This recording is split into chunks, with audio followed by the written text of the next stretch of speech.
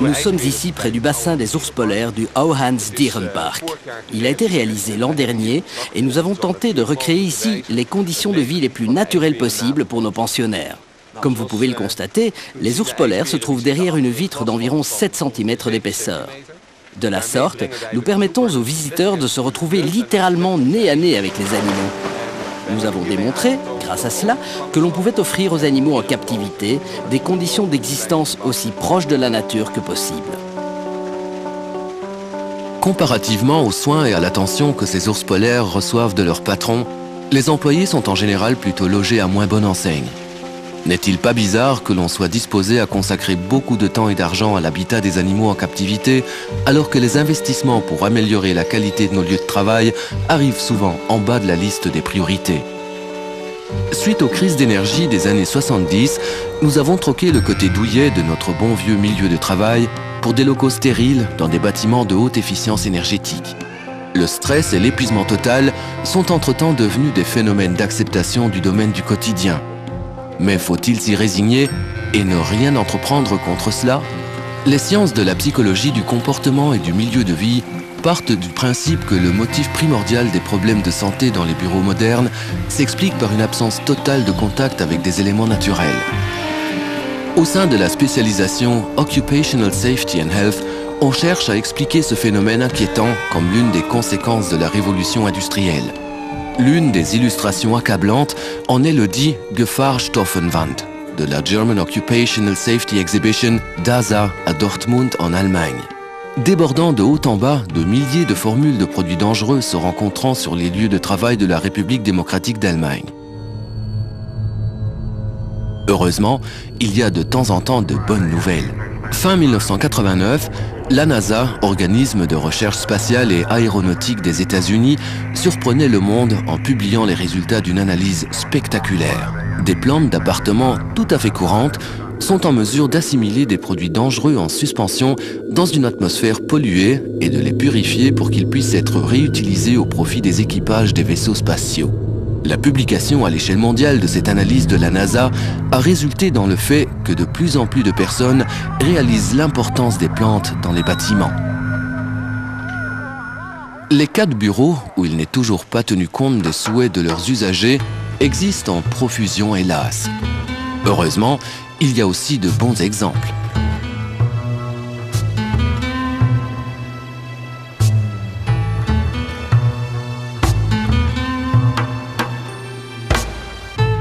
Un autre bon exemple est celui de la bibliothèque municipale, annexe centre culturel d'Herten en Allemagne, où les plantes assument la fonction de système de climatisation traditionnel.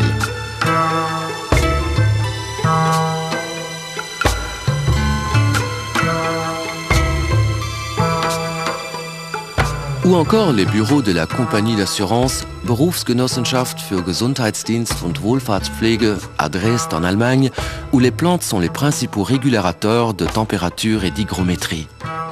Les plantes au centre du bâtiment poussent du rez-de-chaussée au dernier étage, si bien que tout le personnel en profite. C'est aussi l'un des ouvrages de l'architecte Dieter Schempp à Tübingen. Dans un nouveau bâtiment, il est indispensable de prévoir les plantations intérieures dès la conception des plans, car de nombreux facteurs liés aux besoins des végétaux interviennent toujours dans ce type de configuration. Lorsqu'on réalise un projet d'architecture solaire, il faut utiliser en façade des vitrages spéciaux qui présentent un coefficient K favorable d'environ 0,8. En ce qui concerne le coefficient G, qui détermine la transmission lumineuse, les choses se présentent différemment. Nous devons donc être extrêmement attentifs à choisir des plantes qui s'adaptent aux conditions créées par les vitrages utilisés. Ce sont en général des espèces méditerranéennes ou tropicales.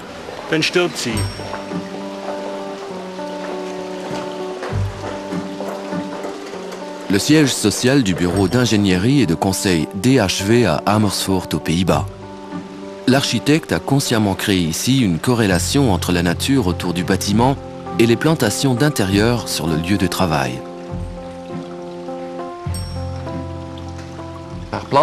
Les gens se sentent mieux dans un environnement végétal. Chez DHV, nous avons étudié cela en profondeur. Les études indiquent clairement que les gens se sentent mieux et sont plus productifs lorsqu'il y a des plantes sur leur lieu de travail. Nous avons démontré que cela s'applique en particulier aux personnes qui travaillent sur ordinateur. Il est prouvé que dans un environnement de plantes, les gens qui travaillent à l'ordinateur pendant 4 heures se sentent mieux et se révèlent plus productifs. L'examen réalisé par la Norvégienne Tove Fjeld a permis d'établir que des plantes installées dans un bureau ont pour résultat une baisse de 30% des symptômes de maux de tête. I was lucky to get a cooperation with the Norwegian oil company Statoil, which J'ai eu la chance d'être aidée par la compagnie pétrolière norvégienne Statoil qui m'a offert l'assistance de 60 employés parmi son personnel. Nous avons commencé nos recherches par étudier dans quelle mesure les plantes peuvent avoir une influence sur les problèmes de santé auprès du personnel de bureau. Et nous avons alors constaté une baisse de 23% des troubles. Après ces études, j'ai contacté l'hôpital norvégien de radiologie, possédant un service de rayons X, où les conditions de travail du personnel laissaient à désirer.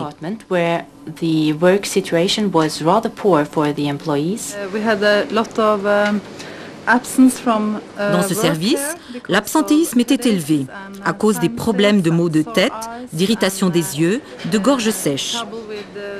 Nous avons alors décidé d'y remédier en plaçant de nombreuses plantes et des lampes à spectre continu. Nous avons alors constaté avec plaisir que l'absentéisme était passé de 15 à 5% en l'espace de 3 mois seulement. Depuis, l'absentéisme est resté stable et depuis 4 ans, le niveau est inchangé.